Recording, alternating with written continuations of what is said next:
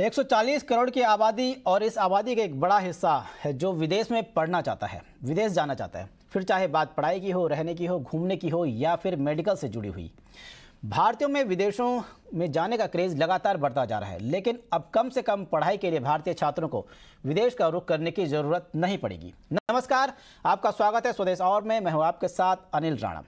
अगर आप भी पढ़ाई के लिए विदेश जाने का सपना देखते हैं तो अब आपका ये सपना भारत में ही साकार हो सकेगा। दरअसल ज़्यादातर भारतीय छात्रों की ख्वाहिश होती है कि विदेश में रहकर विदेशी यूनिवर्सिटीज़ की डिग्री हासिल करें, लेकिन अब हार्वर्ड और ऑक्सफोर्ड जैसी बड़ी ग्लोबल यूनिवर्सिटीज़ में पढ़ने के लिए आपको विदेश जाने की ज़रूरत नहीं पड़ेगी। ऐसा हो सकता है, ऐसा इसीलिए क्योंकि ये यूनिवर्सिटीज़ खुद अपने कैंपस भारत में खोल पाएंगी। आपको बता दें कि सरकार इस साल की पहली तिमाही में हायर एजुकेशन से जुड़े 3 रेगुलेशन लाने की तैयारी में है। इन रेगुलेशन के आने के बाद न सिर्फ विदेशी यूनिवर्सिटीज भारत में अपने कैंपस खोल पाएंगी, बल्कि भारतीय यूनिवर्सिटीज भी विदेश में अपनी सेवाएं दे पाएंगी, जिससे बदलते और आगे बढ़ते भारत को एक कदम और आगे बढ़ने का मौका मिल जाएगा। और इसका फ़ायदा ये भी होगा कि भारतीय छात्रों के जरिए जो पैसा बाहरी मुल्कों में जाता था वो विदेश में ही रहेगा। फ़ायदे कई हैं, लेकिन कदम भी कड़े उठाने की ज़रूरत है। तो आज स्वदेश और की शुरुआत इसी अहम मुद्दे के साथ, और इस पर बातचीत करने के लिए हमारे साथ मौजूद हैं हमारे खास मेहमान। हमारे साथ खास मेहमान हैं सौरभ अरोड़ा, फाउंडर हैं सीईओ यूनिवर्सिटी लिविंग के। सर, आपका बहुत बहुत स्वागत है हमारे इस प्रोग्राम में। सबसे पहले यही समझना चाहेंगे कि 1991 में एक दौर आया था अर्थव्यवस्था के उदारीकरण का दौर। अब जिस तरह से शिक्षाओं के द्वार खुल रहे हैं, हमारे देश में कोई भी यूनिवर्सिटी जा सकती है और हम भी किसी दूसरे देश में जा सकते हैं। क्या लगता है अगर ये कामयाब होता है तो एक शिक्षा के उदारीकरण के दौर के रूप में इस वक्त को देखा जाए? बिल्कुल, thank you for inviting me here and absolutely. आप देखेंगे तो 30 साल पहले हम काफ़ी क्लोज इकोनॉमी थी, राइट। पिछले 30 साल में हम काफ़ी नॉट ओनली हम पहले 5 इकोनॉमी में आ गए, बट ऑल्सो इंडियन एजुकेशन के बारे में सब जानना चाहते हैं, सुनना चाहते हैं, पढ़ना चाहते हैं। At the same time Indian students भी बाहर बहुत जाते हैं। अगर आप पिछले 1 साल की बात करिए तो रिकॉर्ड नंबर पे स्टूडेंट्स बाहर गए हैं, राइट। एंड उसके पीछे रीजन काफ़ी सारे हैं जिस पे अभी हम नहीं जाएंगे, बट ये जो 3 रेगुलेशन आए हैं ये काफ़ी टाइम से यूपीए एरा से बात चल रही थी इस बारे में। एंड लास्ट 10 साल में ओवर ए पीरियड टाइम अभी ये तीनों रेगुलेशन ऑन टेबल है, और लग रहा है कि पहले क्वार्टर में इंडिया में इंटरनेशनल यूनिवर्सिटीज अपने कैंपस बना पाएगी।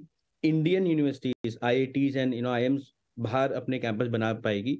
और देखा जाएगा तो अब मोदी जी की बात करें तो हम हमेशा बात करते हैं कि कुतुब विनय and world is our oyster. तो अभी जितने भी इंटरनेशनल बॉर्डर्स है वो ब्लर्ड हो रहे हैं। इंटरनेशनल स्टूडेंट इंडिया में बहुत आते हैं, इंडियन स्टूडेंट इंटरनेशनल बहुत जाते हैं, और ऐसा ही होना चाहिए। पढ़ाई का, एजुकेशन का कोई बॉर्डर नहीं होना चाहिए। अगर किसी को कुछ पढ़ना है और कहीं उसको पढ़ने का मौका मिल रहा है, अगर कोई कोर्स यूके में अच्छा है और कोई कोर्स चाइना में अच्छा है, तो स्टूडेंट को पढ़ने जाना चाहिए, राइट। और अभी with this regulation it will be easier. बहुत ऑलरेडी आप देखेंगे तो ऐसे बहुत सारे यूनिवर्सिटीज है जिनके ऑफशोर कैंपस होते थे, दुबई में, मलेशिया में, राइट। एंड अब इस रेगुलेशन आने से जहाँ पे इंटरनेशनल कैंपस यहाँ पे अपना यूनिवर्सिटी खोल सकते हैं या इंडियन वहाँ खोल सकते हैं, तो आसान हो जाएगा। सौरभ, हमारे साथ जुड़ गए हैं मीता सेन गुप्ता भी जुड़ गई हैं, एजुकेशन स्ट्रेटेजिस्ट हैं। मीता मैम, आपका बहुत बहुत स्वागत है 18 नाउ स्वदेश में। मैम, सबसे पहले आपसे यही समझना चाहेंगे कि जिस तरह से अब बाहर के जो यूनिवर्सिटीज़ हैं, बड़ी बड़ी यूनिवर्सिटीज़ हैं, भारत में आने को एकदम तैयार है, और ऐसे में किस तरह का आप नफ़ा नुकसान भारतीय छात्रों का देखते हैं? नफ़ा नुकसान में तो ये फ़ायदा ही है, नफ़ा ही है भारतीय छात्रों के लिए भी और इंटरनेशनल यूनिवर्सिटीज़ के लिए भी। लेकिन 2 चीज़ें हैं इसमें। पहली चीज़ है इसकी पुरानी हिस्ट्री। हम तो बहुत उम्मीद से कहते हैं कि बहुत सारी फॉरेन यूनिवर्सिटीज़ यहाँ पे आने के लिए तैयार हैं, लेकिन हम तो 10 सालों से न्योता दिए बैठे हैं उनको, और वो अभी तक आ नहीं पाई हैं। कुछ था जो रेगुलेशन की बात आप कर रहे हैं, कुछ तो उस रेगुलेशन में नेगोशिएशन हो रहे हैं, और जो बात हुई है रेगुलेशन की कि आप वो उतना थोड़ा पैसा अपना वापस ले पाएंगे, थोड़ा अपना प्रॉफिट ले पाएंगे। क्योंकि देखिए, बोलता है रुपया और बोलता है लाइफस्टाइल। तो दो तकलीफें होती थी फॉरेन यूनिवर्सिटीज को कि एक, अगर उनके प्रोफेसर इधर आ भी गए तो उनके स्पाउसेस को नौकरी कहाँ मिलेगी। अब वो भी काफी सारे, हमारे इंडस्ट्रियल सेक्टर बहुत डेवलप हो गया है, बहुत सारी नौकरियां हमारी इधर आ गई हैं। बच्चों को बढ़िया स्कूल कहाँ मिलेंगे, हमारा स्कूल सेक्टर भी काफी हद तक बहुत बढ़िया डेवलप हो गया है, जो कि 10 साल पहले इतना नहीं हुआ करता था जैसे। तो उनमें से कई चीजें तो सॉर्ट आउट हो गई हैं। बाकी सारी चीजें ये भी हैं कि इंफ्रास्ट्रक्चर में उनको तकलीफ होती थी, फ्रीडम नहीं मिलती थी एकेडमिकली, और यही उम्मीद है हमें इस नई वाली पॉलिसी से। अब नफा हमारे बाकी इंडियन छात्रों को क्या होगा। एक तो डायरेक्ट नफा है, वो है कि अगर आप बाहर जाते थे, आप इतनी सारी फीस देते थे, ढेर सारी, प्लस आपका ट्रैवल एक्सपेंसेस होता था, 40-50 लाख आपकी फीस होती थी। इतना बड़ा खर्चा, 40-50 लाख, और रहने का खर्चा वहां पे बाहर देशों में, ये वाला खर्चा काफी सारा हमारे स्टूडेंट्स का बच जाएगा। ये तो डायरेक्ट हुआ हमारा बेनिफिट, पर एक बहुत ही बढ़िया इनडायरेक्ट बेनिफिट भी है, क्योंकि कहते हैं ना कि जब नदी की धार ऊपर बढ़ जाती है तो सारी नौकाएं ऊपर उसके साथ बढ़ जाती हैं। तो इस नए रेगुलेशन में जैसे कह रहे हैं, प्राइवेट यूनिवर्सिटीज का क्वालिटी कंट्रोल थोड़ा इंप्रूव करेंगे, क्वालिटी पे ध्यान दे रहे हैं। फिर बाहर की यूनिवर्सिटीज को हम बुला ही इसलिए रहे हैं कि हमारे स्टैंडर्ड सारे ग्लोबल स्टैंडर्ड्स हों, और हो भी रहे हैं वैसे भी, पर फिर भी कैलिब्रेट हो जाएगा।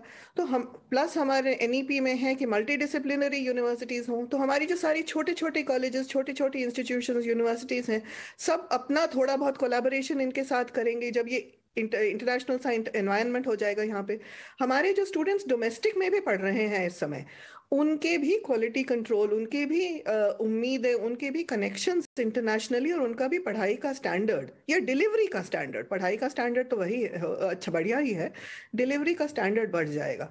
दोनों तरफ से इसका बहुत बहुत फायदा है। बस ये इस समय ऑफ कोर्स उम्मीद है और रेगुलेशन है, जिसकी अभी जर्नी शुरू हो रही है।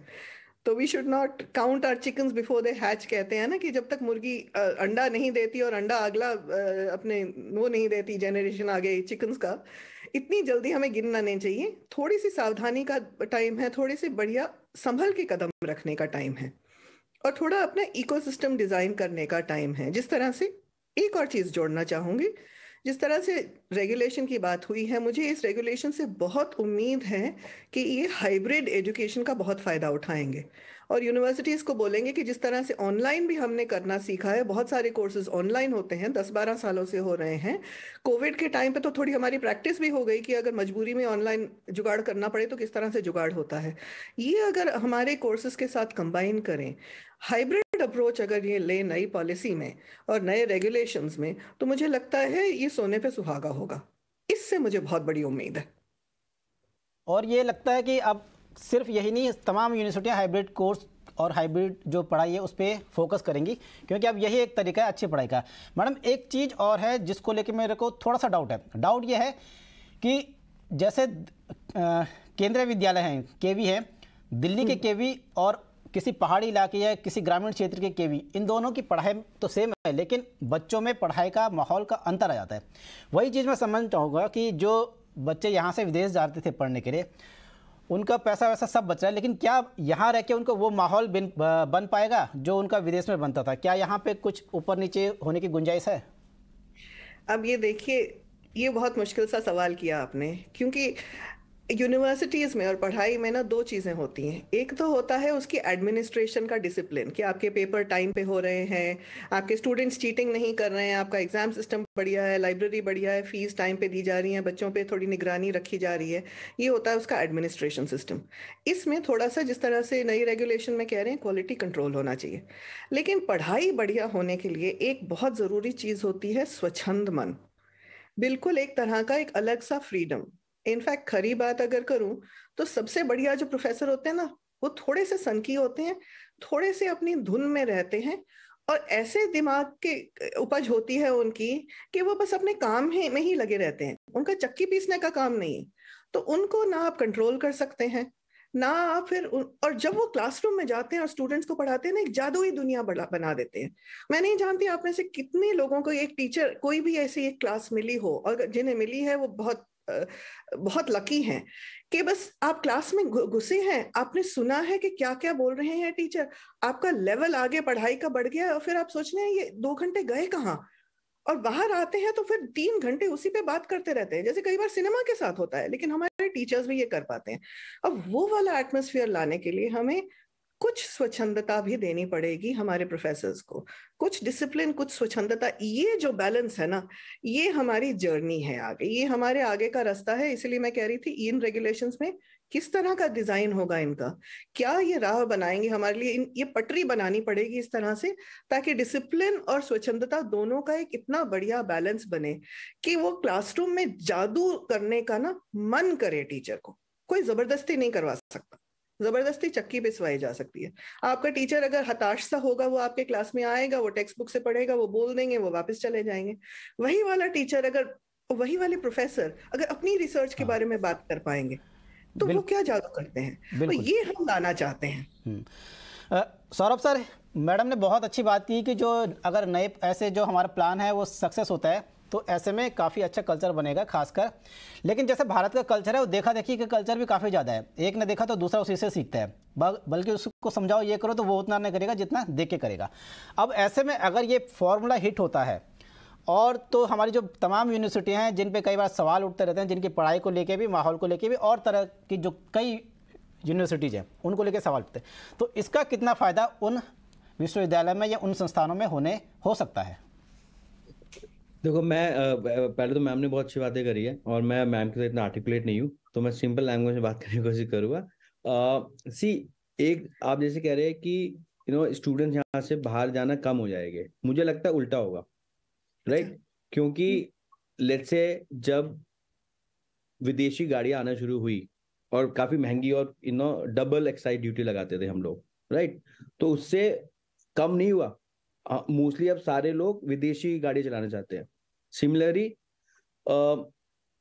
This will be a good option जहाँ पे आप डेफिनेटली ऑप्टिमाइज होगा, राइट? जहाँ पे अब जैसे बहुत सारे प्राइवेट विश्वविद्यालय है, बहुत सारी यूनिवर्सिटीज है जहाँ पे वो ऑलरेडी अपने स्टूडेंट्स को बाहर भेजते हैं। 6 महीने यहाँ पढ़े, 6 महीने वहां पढ़ने गए, 2 साल यहाँ पढ़े, 2 साल सैंडविच कोर्स में वहां पढ़ने गए, तो वो ऑलरेडी ऐसा हो रहा है। बट विद जहाँ पे किसी यूनिवर्सिटी का कैंपस इंडिया में होगा, राइट, या उनका कैंपस बाहर होगा, तो ये आना जाना और बढ़ जाएगा।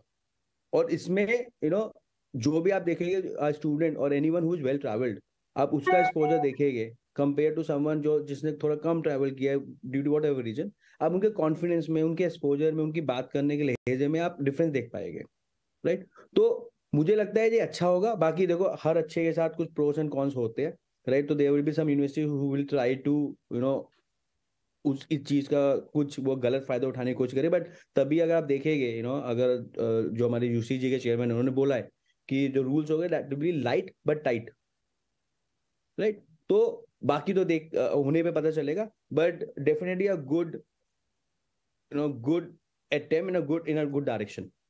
बाकी हर चीज एग्जीक्यूशन और इम्प्लीमेंटेशन का के ऊपर ज्यादा फोकस करता हूँ मैं तो, एंड देखना चाहिए कैसा ये इम्प्लीमेंट होता है। बट डेफिनेटली एक अच्छा रेगुलेशन, एक अच्छा प्रपोजल है, and it will be a win win for everyone, Indian students के लिए भी, इंटरनेशनल स्टूडेंट्स के लिए भी, यूनिवर्सिटीज के लिए भी, एंड ओवरऑल एजुकेशन इस तरह से सौरभ भाई बता रहे हैं कि इफ एंड बेट भी हो सकते हैं और ये लगातार रहेंगे, यूनिवर्सिटीज़ आ भी जाएंगे उसके बाद भी रहेंगे। तो चलो उस पर बाद में बात करते हैं। एक और पहलू पे बात करते हैं, वो ये है कि तमाम यूनिवर्सिटीज़ भारत आ रही है, लेकिन भारत की कुछ ऐसी यूनिवर्सिटीज़ हैं जैसे IIT है, ये भी बाहर विदेशी कंपनियों में, विदेशी जो कंट्रीज़ हैं उनमें कैंपस बनाने के मौके तलाश रही है। ये कितना फ़ायदेमंद है हमारे लिए? मीता मैम से सवाल था मेरा। मीता मैम, आपसे सवाल था। अब IITs का तो इस समय एक्सपेंशन इतना हो चुका है इस समय कि एक्सपैंड और इंटरनेशनली करना तो लाजिम ही लग रहा है। कोई एक्सपेंशन स्ट्रैटेजी में उनको कोई नुकसान तो होने नहीं वाला है। नुकसान जो हो रहा है इस समय वो है कि उनके पास इतनी फैकल्टी ही नहीं है जिस स्पीड से वो बढ़ रही हैं। और ये बात बिल्कुल नॉर्मल होती है कि बिल्डिंग बनाने में आपको 2 साल लगते हैं, आपको पूरी फैकल्टी बनाने में 10 साल लगते हैं। और ये एक्सपेंशन का पार्ट है, नॉर्मल पार्ट है, थोड़ा सब्र करना पड़ता है इसमें। ये सारी एजुकेशन का काम है, एक्चुअली थोड़ा सब्र करना पड़ता है।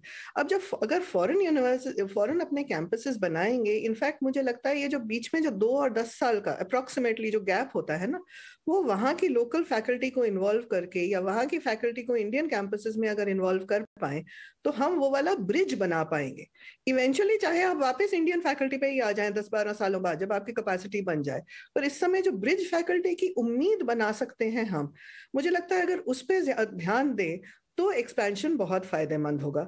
नहीं तो हर एक कंपनी में देखा गया है, और एजुकेशन चाहे बिजनेस ना हो फिर भी कंपनी की तरह तो चलता ही है कि अगर बहुत जल्दी बहुत ज्यादा एक्सपेंशन करो ना तो किसी से संभाला नहीं जाता। सवाल इस समय है कि आपसे कितना संभाला जा रहा है, और संभलेगा तब अगर ये ब्रिज फैकल्टी का फैसिलिटी ये लोग बनाएंगे बीच में, ताकि सारे स्टूडेंट्स को बहुत बढ़िया एजुकेशन कंटिन्यूअसली मिलती रहे।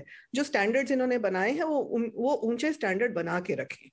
स्टैंडर्ड जरूरी है इस समय, वो ना खोएं। ये मैडम आपने और हमारे साथ सौरभ आपने और मीता मैम, आप दोनों ने बहुत इंपॉर्टेंट सुझाव दिए, बहुत अच्छी बातें रखी, अच्छी तरीके से समझाया क्या हो सकता है, कितनी अच्छे तरीके से हम चीज़ें आगे बढ़ सकते हैं। समय इतना ही है, आपको से विदा लेना चाहेंगे और फिलहाल बढ़ते हैं अगली खबर की ओर। जिस तरह से ग्लोबल वसुधैव कुटुंबकम का जो नारा है वो अगर शिक्षा के क्षेत्र में लागू हो जाए तो वाकई में काफ़ी काबिल तारीफ होगा, और आने वाले टाइम में भारत की शिक्षा दुनिया में और दुनिया की शिक्षा भारत में एक दूसरे का आदान प्रदान जो चलेगा उससे शिक्षा का माहौल बेहतर होने की उम्मीद है। चलिए बढ़ते आगे। महिंद्रा एंड महिंद्रा फाइनेंशियल अब आउटसोर्सिंग के जरिए रिकवरी कर पाएगी। आरबीआई ने कंपनी पर लगे बैन को हटा लिया है। इस फैसले पर ज़्यादा जानकारी देने के लिए हमारे साथ जुड़ रहे हैं अंकुर मिश्रा। जी हाँ, महिंद्रा फाइनेंशियल पर जो कर्ब लगाया था रेगुलेटर यानी कि रिजर्व बैंक ऑफ इंडिया ने, वो अब हटा लिया है। ये जो बैन था महिंद्रा फाइनेंशियल पर वो था रिकवरी आप किसी थर्ड पार्टी एजेंट्स के द्वारा नहीं कर सकते हैं, आपको अपने ही एजेंट्स यूज करने पड़ेंगे। और ये कर्ब लगाया क्यों था? ये कर्ब लगा था पिछले साल एक इंसिडेंट हुआ था झारखंड में जिसमें एक महिला की मौत हो गई थी, और आरोप यही थे कि जो रिकवरी प्रैक्टिसेस थे थर्ड पार्टी एजेंट्स के वो ठीक नहीं थे। उन आरोपों की पुलिस ने जांच भी की है, लेकिन separately reserve bank of India ने महिंद्रा फाइनेंशियल से जवाब मांगा था, और अब ये समझा जा रहा है कि इस जवाब से रेगुलेटर सेटिस्फाइड है, उन्होंने अपने प्रोसेसेस को और ठीक किया है। और इसके बाद एक चिट्ठी भेजी गई है 4 जनवरी 2023 को, जिसमें जो पुराने कर्ब्स थे उनको लिफ्ट कर दिया गया है। मतलब यही है कि Mahindra financial third party agents को भी यूज कर सकता है रिकवरी के लिए और अपने एजेंट्स को भी यूज कर सकता है। तो अभी किसी भी तरीके का कोई बंदिशें नहीं है। और साथ ही एक रफ आइडिया की बात करें, जो महिंद्रा फाइनेंशियल ने बोला था कि जो बैन लगा था उसकी वजह से 3000 से 4000 व्हीकल वो रीप्रोसेस करते थे जो थर्ड पार्टी एजेंट से। अब वैसी कोई बाउंडेशन नहीं होगी और बिजनेस एज यूजुअल हो सकता है महिंद्रा फाइनेंशियल के लिए। और अब बात इटना स्वदेश की खबर पर लगी मुहर की। कैबिनेट ने हाइड्रोजन मिशन के प्रावधानों को मंजूरी दे दी है। इसके लिए सरकार ने 19,744 करोड़ रुपए मंजूर किए हैं। आपके फेवरेट चैनल इटना स्वदेश ने पहले ही यह खबर दे दी थी। आज कैबिनेट की बैठक में इस खबर पर मुहर लग गई है। सरकार ने रिसर्च एंड डेवलपमेंट और पायलट प्रोजेक्ट के लिए फंड को भी मंजूरी दी है। 15 अगस्त 2021 को लाल किले की प्राचीर से क्लाइमेट क्षेत्र में क्वांटम जंप देने के लिए उन्होंने ग्रीन हाइड्रोजन के क्षेत्र के बारे में खुलकर चर्चा भी की और ये भी कहा था कि अमृतकाल में हमें भारत को ग्रीन हाइड्रोजन के क्षेत्र में ग्रीन हाइड्रोजन के प्रोडक्शन और एक्सपोर्ट का ग्लोबल हब बनाना है और ये ऊर्जा के क्षेत्र में भारत की एक नई प्रगति को आत्मनिर्भर बनाएगा। ग्रीन ग्रोथ से ग्रीन जॉब्स के नए अवसर हमारे युवाओं के लिए, हमारे स्टार्टअप्स के लिए बनेंगे। ये प्रधानमंत्री मोदी जी ने 15 अगस्त 2021 के अपने लाल किले की प्राचीर से भाषण में कहा था और इसी को ही आज नेशनल ग्रीन हाइड्रोजन मिशन को केंद्रीय मंत्रिमंडल ने मंजूरी दी है। और हम ये कह सकते हैं कि क्लाइमेट चेंज से निपटने के लिए ग्रीन हाइड्रोजन एक बहुत महत्वपूर्ण भूमिका निभाएगा और इसकी जो विस्तृत संरचना तैयार की गई वो इस प्रकार है कि 2023 तक प्रतिवर्ष 50 लाख टन ग्रीन हाइड्रोजन का उत्पादन होगा। इसके लिए 60 गीगावाट से 100 गीगावाट की इलेक्ट्रोलाइजर कैपेसिटी को तैयार किया जाएगा, स्थापित किया जाएगा।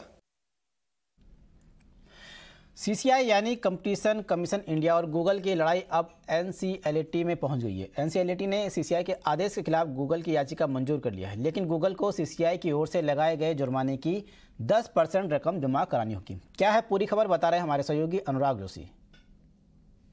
National company law appellate tribunal ने भारत के anti trust regulator competition commission के एक आदेश को लेकर गूगल की अपील को सुनने की स्वीकृति दे दी है।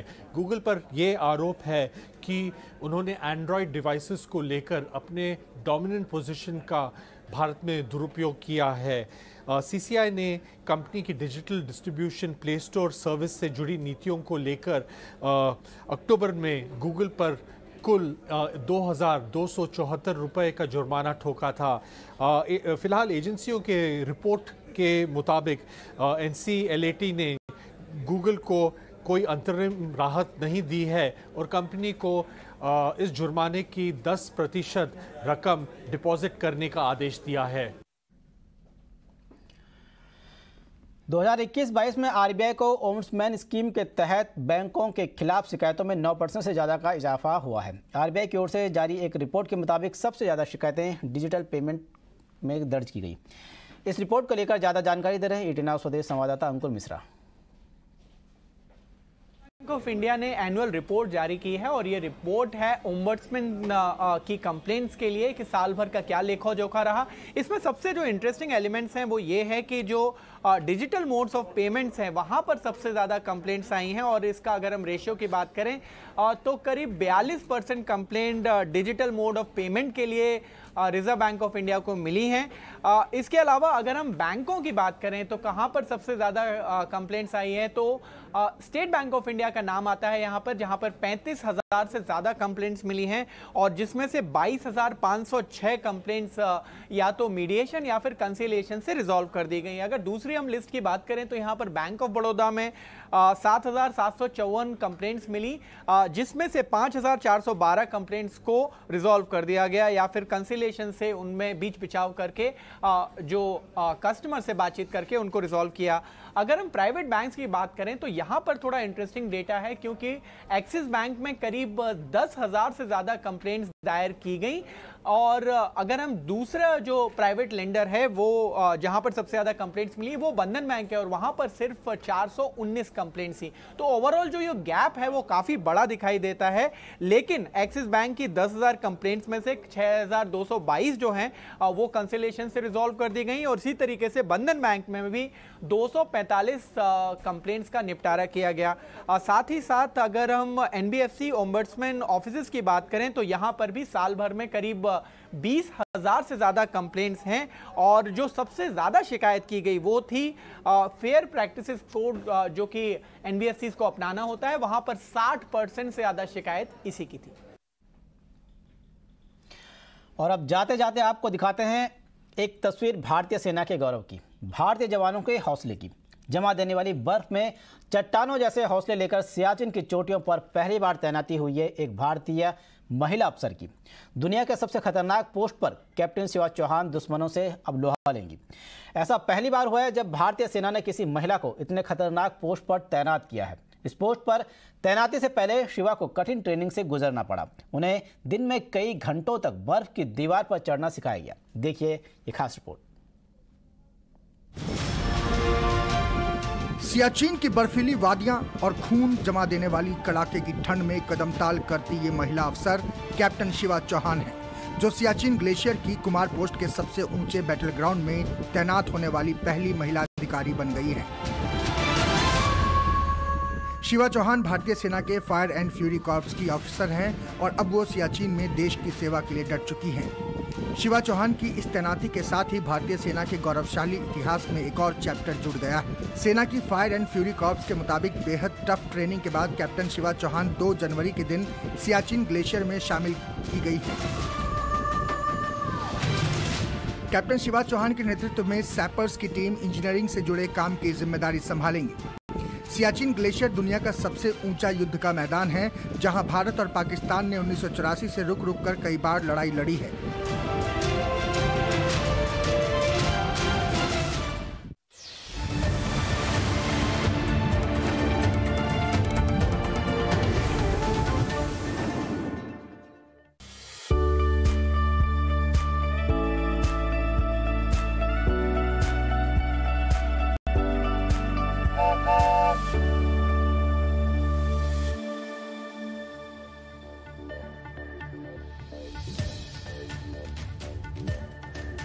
नमस्कार, आप देखना शुरू कर चुके हैं स्वदेश विशेष। मैं हूं आपके साथ प्रशांत पांडे। एक जमाना था जब ट्रेन छुक छुक चला करती थी। आज वो जमाना है जब हाइड्रोजन से ट्रेन रफ्तार पकड़ रही है। जमाने के साथ कदम से कदम मिलाकर रेलवे अपने एम्बिशियस मिशन को अमली जामा पहनाने में जुट गई है। इस मिशन के तहत बहुत जल्द भारत के 8 हेरिटेज साइट्स को हाइड्रोजन ट्रेनों की सौगात मिलेगी। ये तो सिर्फ झलकी है, असली तस्वीर दरअसल आना बाकी है। आज सरकार ने हाइड्रोजन मिशन के प्रावधानों को मंजूरी दी। सरकार ने ग्रीन हाइड्रोजन मिशन के लिए 19,744 करोड़ रुपए की मंजूरी दी। हमने सबसे पहले ही इस खबर के संकेत आपको दिए थे। सरकार इसके तहत सालाना 5 मिलियन टन हाइड्रोजन प्रोडक्शन का लक्ष्य लेकर चल रही है। सरकार को उम्मीद है कि ग्रीन हाइड्रोजन पर 8 लाख करोड़ से अधिक का निवेश होगा। अब सरकार सीधा इलेक्ट्रोलाइजर्स और हाइड्रोजन प्रोडक्शन में जुटी कंपनियों को डायरेक्ट इंसेंटिव देगी। अनुमान है कि मिशन हाइड्रोजन से 6 लाख से ज्यादा नौकरियां शुरुआती तौर पर पैदा होंगी। यही नहीं, सबसे राहत की बात यह होगी कि 1 लाख करोड़ का ऑयल इंपोर्ट इससे घटेगा, यानी फॉरेक्स की भी बचत और पर्यावरण भी बेहतर। लेकिन सवाल यह है कि यह कितना फिजिबल है। भारत ग्रीन एनर्जी की दिशा में वर्ल्ड लीडर बनना चाहता है, इसके बारे में बात भी होती है, उसके लिए एग्रेसिव भी है। मगर चैलेंजेस क्या हैं और फिलहाल हमारी कितनी बेहतर तैयारी है, इन सभी पहलुओं पर हम चर्चा करेंगे। मगर पहले आज कैबिनेट में जो फैसला हुआ इस दिशा में, वो क्या हुआ, जरा वो देख लेते हैं।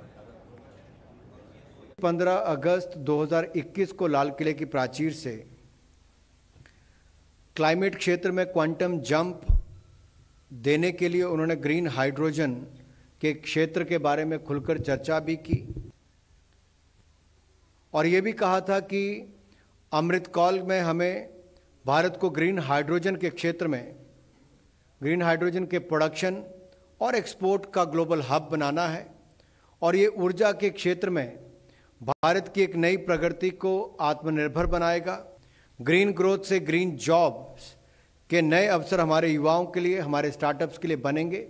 ये प्रधानमंत्री मोदी जी ने 15 अगस्त 2021 के अपने लाल किले की प्राचीर से भाषण में कहा था और इसी को ही आज नेशनल ग्रीन हाइड्रोजन मिशन को केंद्रीय मंत्रिमंडल ने मंजूरी दी है और हम ये कह सकते हैं कि क्लाइमेट चेंज से निपटने के लिए ग्रीन हाइड्रोजन एक बहुत महत्वपूर्ण भूमिका निभाएगा और इसकी जो विस्तृत संरचना तैयार की गई वो इस प्रकार है कि 2023 तक प्रतिवर्ष 50 लाख टन ग्रीन हाइड्रोजन का उत्पादन होगा।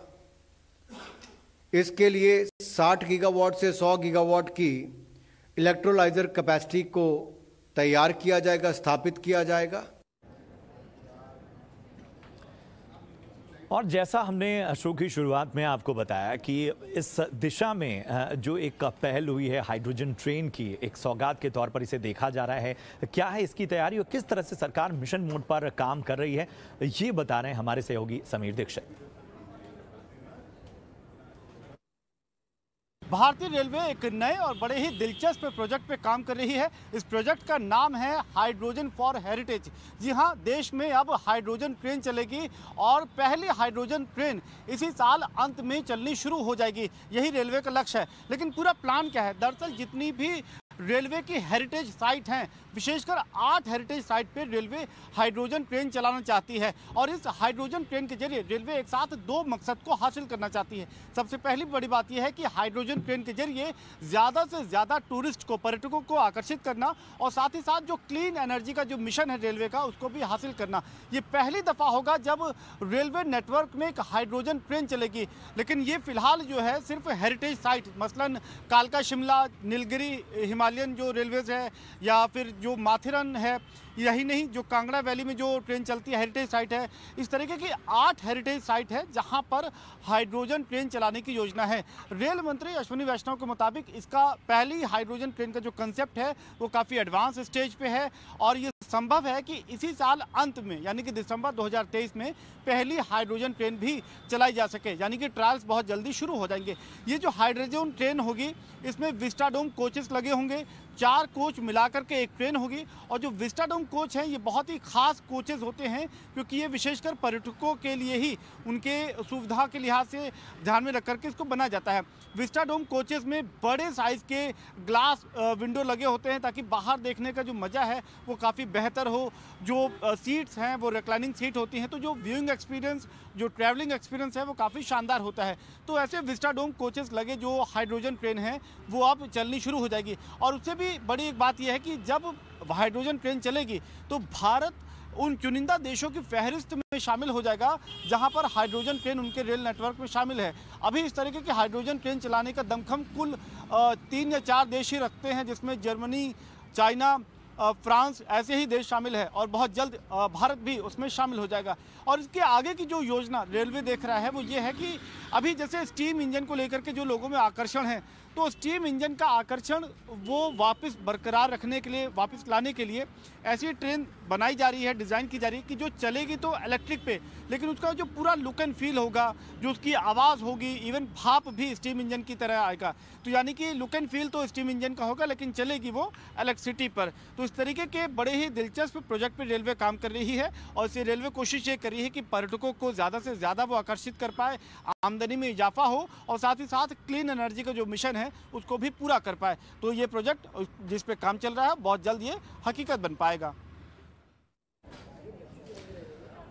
तो पूरे विस्तार से आपको जानकारी दे रहे थे समीर कि आखिर किस तरह की तैयारी है हाइड्रोजन ट्रेन की। लेकिन इस तैयारी से अलग जो आज हमारी पूरी चर्चा है वो जो एक ऑप्शनल एनर्जी के तौर पर ग्रीन हाइड्रोजन को देखा जा रहा है, जिस तरह से मिशन मोड पर काम हो रहा है, उसमें क्या चुनौतियां हैं और कितना फिजिबल है और किस तरह से इसमें और काम किया जाना बाकी, इन सभी पहलुओं पर हम चर्चा करेंगे। पर्यावरण को लेकर भी क्या इसमें बेहतरी होगी, इन सब पर हम बात करेंगे। हमारे साथ मेहमानों का, एक्सपर्ट्स का एक खास पैनल इस वक्त जुड़ चुका है। सबसे पहले उनसे परिचय आपका करा दूं। हमारे साथ हैं अमित भंडारी साहब, सीनियर फेलो हैं energy and investment at gateway house से। इसके साथ ही विवेक चट्टोपाध्याय साहब हैं जो कि सीनियर प्रोग्राम मैनेजर हैं air pollution control centre for science and environment से, और प्रोफेसर पीके जोशी साहब हैं school of environmental science JNU में। आप सभी का बहुत बहुत स्वागत। सबसे पहले अमित जी मैं आपके पास आना चाहूँगा। एक एग्रेसिव मोड में सरकार नज़र आ रही है ग्रीन हाइड्रोजन को लेकर। कल हमने देखा कि किस तरह से एक ग्रीन हाइड्रोजन ट्रेन की सौगात हेरिटेज साइट्स पर ही सही एक तरह से तैयारी वहां पर की गई, और आज हम देख रहे हैं कि सरकार ग्रीन हाइड्रोजन मिशन के प्रावधानों को मंजूरी दिया। किस तरह से आप देखते हैं इसे, और अगर हम बात करें इस पूरे प्लान की तो कितना फिजिबल आपको नज़र आता है, क्योंकि सबसे बड़ा फैक्टर इसमें कॉस्ट का है।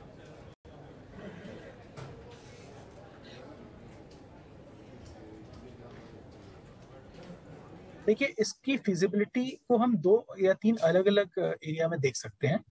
पहला तो ये है कि जो ग्रीन हाइड्रोजन है या सिर्फ हाइड्रोजन है, ये इलेक्ट्रिक व्हीकल्स के मुकाबले एक बेहतर ऑप्शन है। इलेक्ट्रिक बैटरी में जितनी एनर्जी स्टोर हो सकती है, ग्रीन हाइड्रोजन में उससे कहीं ज्यादा एनर्जी स्टोर करी जा सकती है। तो जैसे कि आप इलेक्ट्रिक बैटरी को लेके एक आप बड़ा ट्रक नहीं चला सकते हैं, लेकिन हाइड्रोजन एक बड़े ट्रक को पावर कर सकती है। इसलिए पहले माप में ये काफी फीजिबल है। दूसरा मापदंड है कि ये टेक्नोलॉजी अभी कितनी विकसित हुई है, ग्रीन हाइड्रोजन बड़े स्केल पे बनाई जा सकती है कि नहीं। और उसमें मैं अभी ये कहूंगा कि इस समय ग्रीन हाइड्रोजन पायलट स्केल पर है। अभी जो विश्व में सबसे बड़े ग्रीन हाइड्रोजन के प्लांट हैं वो 20 से लेकर 40 मेगावाट इलेक्ट्रोलाइटिक कैपेसिटी के बीच में चल रहे हैं। बड़े प्लांट जो कमर्शियल स्केल पे चलेंगे वो 500,000 मेगावाट के होंगे, और वो अभी भी 2 या 3 साल के बाद वो आएंगे। भारत में अभी ग्रीन हाइड्रोजन में कोई बड़े स्केल का प्रोजेक्ट अभी तक नहीं हुआ है, और जैसा मुझे दिखता है इसमें इसको आने में अभी 2 या 3 साल का समय लगने वाला है। बिल्कुल बिल्कुल बिल्कुल। तो जाहिर सी बात है कि ये जो ऐसे पहलू हैं जिनको कहीं ना कहीं नोटिस किया जाना ज़रूरी है, और किस तरह से इसमें तैयारी हो रही है, क्या चीज़ें जो हैं वो हमारे जो हमारा एक एग्रेसिव नेचर है इस पूरे प्लान की ओर, वहाँ हमें बेहतर बना रही है, ये हमें अमित सर ने समझाया। प्रोफेसर पीके जोशी, मैं आपके पास आना चाहूँगा।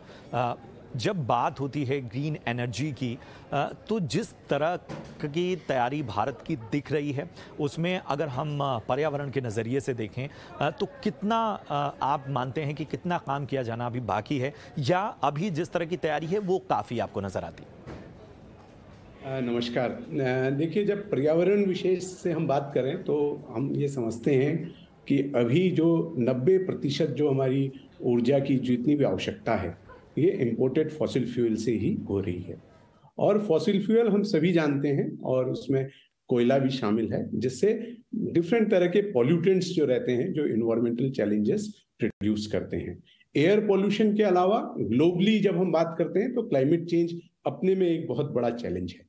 सो इसीलिए एक जो रुझान हुआ है वो इस तरह हुआ है कि किस तरीके से हम जो फॉसिल फ्यूल्स हैं उनकी जो डिपेंडेंसी है उसमें हम किस तरह से कमी कर सकते हैं, और इसमें जो रिन्यूएबल एनर्जी और स्पेसिफिकली ग्रीन हाइड्रोजन जो है ये बहुत ही प्रॉमिसिंग वे में हम लोग देख पाते हैं इसको। और शायद यही कारण है कि अगस्त 2021 में और फिर फरवरी 2022 में प्रधानमंत्री जी ने इस पे स्पेशल एम्फेसिस दिया और ये कहा कि हम लोग का एक national green hydrogen mission mode में हम लोग काम करेंगे, जिसमें हमारा जो कमिटमेंट है UNFCCC में या IPCC में उसको भी हम फुलफिल करेंगे, और जो ग्लोबल रिक्वायरमेंट है कि हम फॉसिल फ्यूल से शिफ्ट करें इस तरह के क्लीन एनर्जी की तरफ, उसमें भी हम लोग एक पहल ले सकते हैं।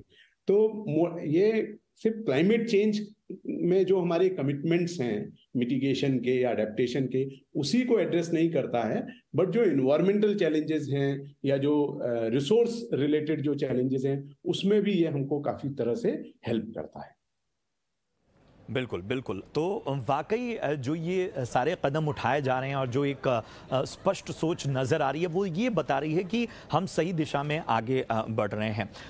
विवेक सर, मैं आपके पास आना चाहूँगा। जिस तरह की तैयारी अभी दिख रही है और जो जो चीज़ें हाल फिलहाल मिशन मोड में अनाउंस हुई हैं और आज भी जिस तरह का खाका पेश किया गया, पहले तो आपकी उस पर टिप्पणी क्या होगी? और आज की बात नहीं है, लंबे वक्त से हम ग्रीन हाइड्रोजन और उसकी ज़रूरतों की बात कर रहे हैं, लेकिन बहुत बड़ा फैक्टर आ जाता है कॉस्ट का। तो किस तरह से इसका विश्लेषण करेंगे? देखिए, इसमें प्रमुख बात हमें ये ध्यान रखना होगा कि हमारे जो कमिटमेंट्स है क्लाइमेट चेंज कंट्रोल करने के इम्पैक्ट्स के लिए हमारी कंट्री जो योगदान देने वाली है उसमें ग्रीन हाइड्रोजन एक प्रमुख रोल अदा कर सकता है, क्योंकि इसमें विशेष रूप से अगर इंडस्ट्रियल सेक्टर में भी देखा जाए तो स्टील इंडस्ट्री को काफी फायदा होगा कार्बन डाइऑक्साइड रिड्यूस करने के लिए। और भी इंडस्ट्रीज हैं जिसमें ये बेनिफिट होगा, परंतु विशेष रूप से हमें ये देखना है कि कोयले से जो विद्युत उत्पादन हो रहा है उसका कॉस्ट काफी कम पड़ता है। रिन्यूएबल का अभी भी मेरे ख्याल से तकरीबन 28% शेयर है। तो हमें ये देखना होगा कि पावर जनरेशन जो है वो हम कितना शिफ्ट करते हैं रिन्यूएबल की ओर, जैसे सोलर, विंड और दूसरे एनर्जी सोर्सेस हैं। तो उससे जो, क्योंकि हाइड्रोजन जनरेट करने के लिए हमें इलेक्ट्रोलिसिस का इस्तेमाल करना होगा, एक तो इम्पोर्टेंट फैक्टर है जिससे कि वो ग्रीन हो अगर वो रिन्यूएबल एनर्जी से होता है। तो हमें ये टोटल लाइफ साइकिल एनालिसिस को भी ध्यान में रखना होगा ताकि ये ग्रे हाइड्रोजन भी जो होता है वो जनरेट ना हो, जो कि एक मीथेन एमिशन का एक कारण होता है, CO2 एमिशन का कारण होता है, जो कि क्लाइमेट चेंज के लिए घातक गैसेस हैं। तो मेरे ख्याल से अगर सारे पहलुओं का ध्यान में रख के अगर इसका डेवलपमेंट एक मिशन मोड पे रोड मैप के तौर पर इसको स्टेप बाय स्टेप किया जाए तो डेफिनेटली हम इस दिशा में आगे बढ़ सकते हैं, क्योंकि कई कंट्रीज में लॉन्ग रेंज ट्रांसपोर्ट यानी लंबी दूरी के गुड्स ट्रांसपोर्ट के लिए हाइड्रोजन एक बहुत अल्टरनेटिव फ्यूल के तौर पर उभर रहा है, क्योंकि बैटरी का इस्तेमाल अगर आप ट्रक्स में करेंगे तो उसकी पेलोड की क्षमता कम हो जाती है। तो इसलिए हाइड्रोजन बेस्ड ट्रक्स भी डेवलप किए जाने चाहिए, ऐसे कॉरिडोर्स डेवलप किए जाने चाहिए कि गुड्स ट्रांसपोर्ट उसमें शिफ्ट हो सके। तो मेरे ख्याल से ये बहुत अच्छा कदम है, परंतु इसमें यह है कि कॉस्ट, सेफ्टी, एमिशंस के प्रदूषण के जो प्रमुख मानक हैं उनके सारे पहलुओं को ध्यान में रख के इस दिशा में हमें लगातार आगे बढ़ना चाहिए। बिल्कुल बिल्कुल। और जो आपने बात कही कि एक तरह का रोड मैप जो है वो अलग हर पहलू पे देखना होगा, केवल हम पर्यावरण के लिहाज से नहीं दे सकते, हमें कंज्यूमर बेस भी देखना होगा और हमें ये भी देखना होगा कि किस तरह से ये अफोर्डेबल होने वाला है, क्योंकि सबसे बड़ा सवाल इसकी अफोर्डेबिलिटी का भी है। अमित सर, मैं आपके पास आना चाहूँगा, जिस तरह की तैयारी हम देख रहे हैं और उसको अगर हम अलग अलग इसके एक्सपेक्ट्स को अगर हम समझना चाहें तो ये तैयारियां अभी हम किस स्टेज पे आप इसका आकलन कर पा रहे हैं? ये तैयारियां किस स्टेज पे हैं, या जो हमारे जो लक्ष्य हैं उनको अचीव करना कितना आपको प्रैक्टिकल नजर आ रहा है? भारत विश्व के सबसे बड़े एनर्जी कंज्यूमर्स में से है। यूएस और चाइना और यूएस के बाद नंबर 3 पे एनर्जी कंजम्पशन में भारत आता है, लेकिन बाकी बड़े एनर्जी कंज्यूमर से भारत का में फर्क ये है कि हमारा एनर्जी कंजम्पशन अभी और भी बढ़ने वाला है। तो यहाँ पर इंडिया में अभी एनर्जी इंफ्रास्ट्रक्चर बनना बाकी है, बहुत इंफ्रास्ट्रक्चर अभी बनने वाला है। अब ये इंफ्रास्ट्रक्चर पुराने टाइप का होगा, ऑयल एंड गैस वाला, कोल वाला, या कुछ हद तक ये नया इंफ्रास्ट्रक्चर भी हो सकता है। तो क्योंकि हमारा इंफ्रास्ट्रक्चर बिल्ड आउट अभी शुरू होने वाला है, इस कारण से इंडिया को, भारत को इस फील्ड में काफी बड़ा एडवांटेज है, काफी बड़ा एडवांटेज है। और इस मेजर से देखा जाए तो इंडिया का एडवांटेज वेस्टर्न यूरोप से या यूएस से या चाइना से ज्यादा है, क्योंकि हमें पुराना इंफ्रास्ट्रक्चर स्क्रैप करके नया इंफ्रास्ट्रक्चर नहीं बनाना होगा। जहां नए इंफ्रास्ट्रक्चर की जरूरत होगी सीधे यही बनेगा। तो इसलिए बाकी बड़े एनर्जी कंज्यूमर्स की तुलना में इंडिया के पास कुछ एडवांटेजेस हैं। दूसरी बात यह है कि जब आप किसी नए, जैसे इंडिया में अगर आप देखेंगे फिजिकल टेलीकॉम की लैंडलाइन बहुत कम चली, यहाँ पर सीधे सेलफोन अडॉप्शन हुआ। तो वैसा ही technology adoption, advance technology adoption green hydrogen के केस में भी हो सकता है, अगर सही से पॉलिसी सपोर्ट मिले, अगर सही से फाइनेंशियल सपोर्ट मिले तो।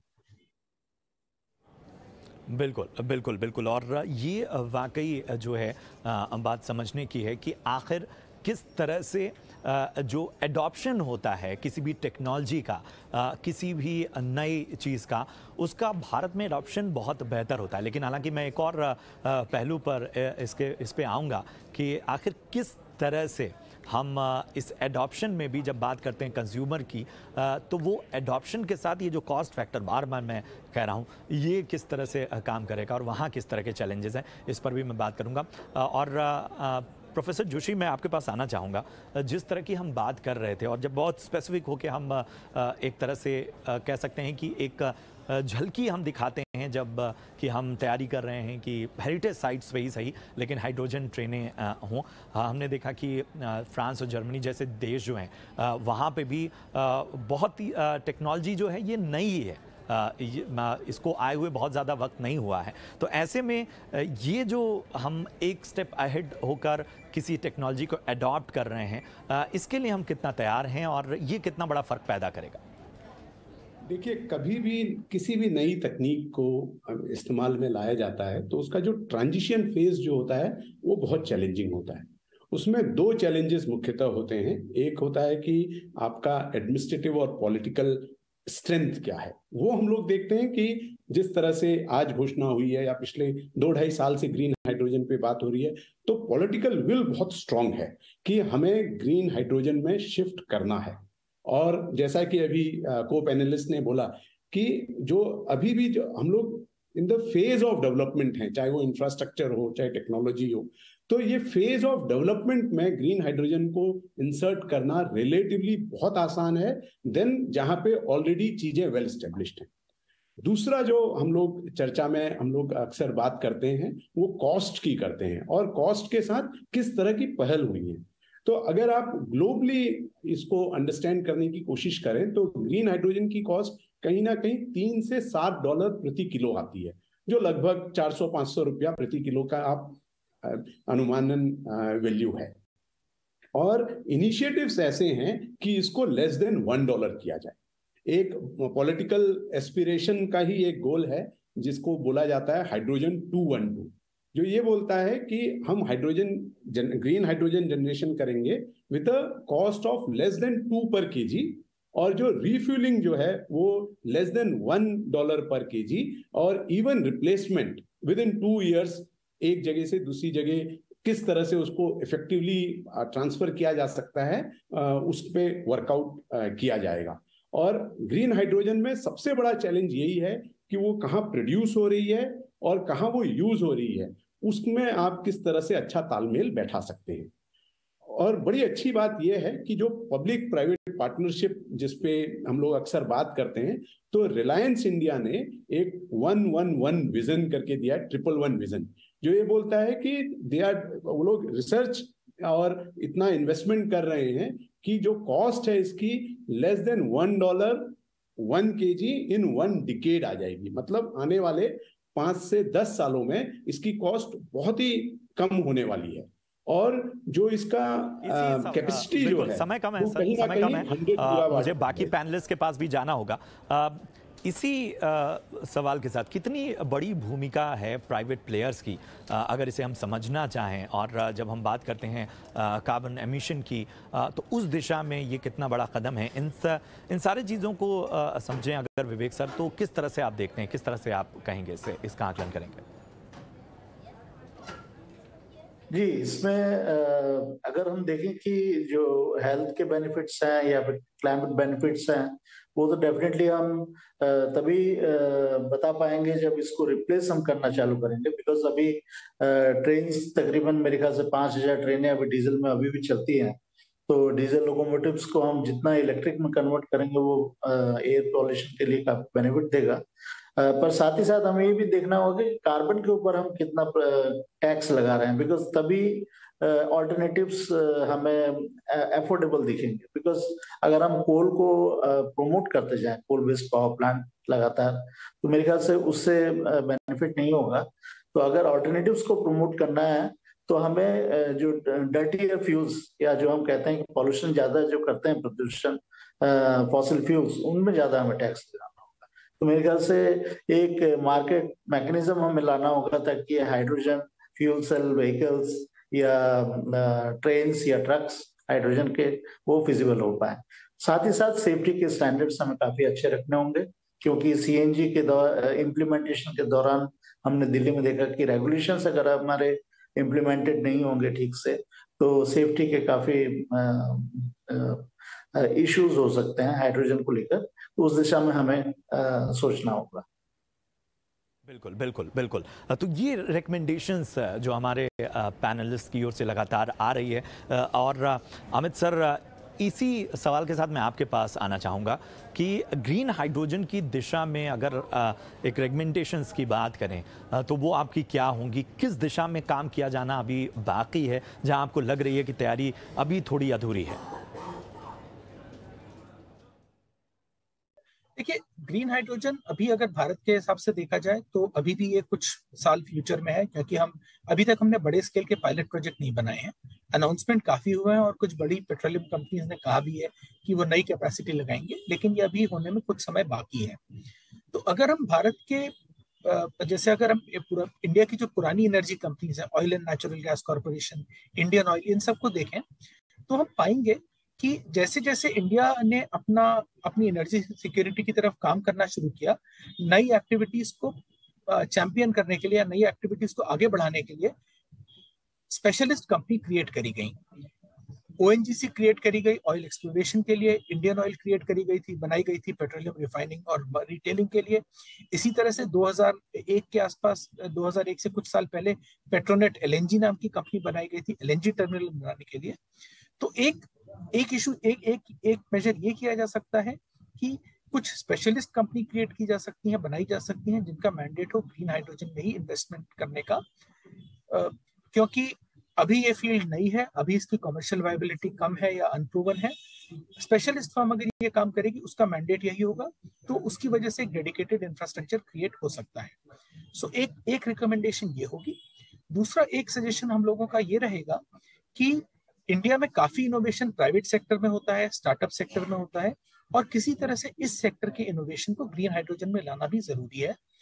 और उसके लिए ये किया जा सकता है कि जैसे हमने देखा है कि इंडिया में पिछले 3-4 सालों में काफी स्टार्टअप्स ने टेक सेक्टर में काफी काम किया है, और ये एनेबल हुआ वेंचर कैपिटल और एंजल फंडिंग की वजह से। तो अगर ग्रीन हाइड्रोजन से रिलेटेड कुछ डेडिकेटेड स्टार्टअप फंड बनाए जा सकते हैं जो कि सिर्फ स्टार्टअप्स में ही इन्वेस्ट करेंगे, सिर्फ हाइड्रोजन रिलेटेड स्टार्टअप में इन्वेस्ट करेंगे, उससे ये संभव हो जाता है कि हाइड्रोजन में ही कुछ नए इनोवेटिव बिजनेस मॉडल बन जाए। एक तीसरी रिकमेंडेशन मैं और देना चाहूंगा, वो ये है कि मैंने आपसे शुरू में कहा था कि हाइड्रोजन को बड़े ट्रक्स और बड़े व्हीकल्स को पावर करने के लिए इस्तेमाल किया जा सकता है, लेकिन इसका अभी वाइड रेंजिंग इंफ्रास्ट्रक्चर नहीं है। लेकिन काफी ऐसा इंफ्रास्ट्रक्चर होता है, जैसे पोर्ट्स हैं या वेयर हाउसेस हैं या एयरपोर्ट्स हैं, जिनमें जो काफी व्हीकल्स यूज करते हैं, हेवी ड्यूटी व्हीकल्स को यूज करते हैं, लेकिन एक बड़े लिमिटेड एरिया में उसको यूज करते हैं। तो ऐसे गेटेड इंफ्रास्ट्रक्चर में अगर हाइड्रोजन पावर्ड व्हीकल चलाए जा सकें, तो उससे हम लोगों को हाइड्रोजन व्हीकल ऑपरेट करने का और उनको सपोर्ट करने के लिए क्या इंफ्रास्ट्रक्चर और क्या चैलेंजेस हैं, इसका काफी अच्छा आइडिया लग जाएगा। बड़े एडॉप्शन से पहले इस तरह के पायलट प्रोजेक्ट्स काफी यूजफुल हो सकते हैं। बिल्कुल, तो जाहिर सी बात है कि जो तैयारियां हैं वो बेहतर दिशा में तो आगे बढ़ रही हैं, लेकिन किस किस पहलू पर काम किया जाना बाकी है, सभी पैनलिस्ट कमोबेश उस पर एक राय नजर आए। प्राइवेट प्लेयर्स की भूमिका बहुत अहम है, और जो भी हमारे लक्ष्य हैं वो हासिल तो हो सकते हैं, लेकिन सबसे बड़ा सवाल कॉस्ट का है, फिजिबिलिटी का है, और इसको कहीं ना कहीं टैकल करना बहुत ज़रूरी है। और इसमें बार बार ये सवाल उठता है कि जो अभी हम जिस लक्ष्य के साथ बढ़ रहे हैं, जिन चीज़ों के साथ बढ़ रहे हैं, उनमें कितनी तेज़ी लाई जा सकती है, उनमें और कितना एग्रेशन लाया जा सकता है। सभी मेहमानों का बहुत बहुत शुक्रिया। विवेक सर, इसके साथ जोशी सर और अमित सर, आप सभी का बहुत बहुत शुक्रिया।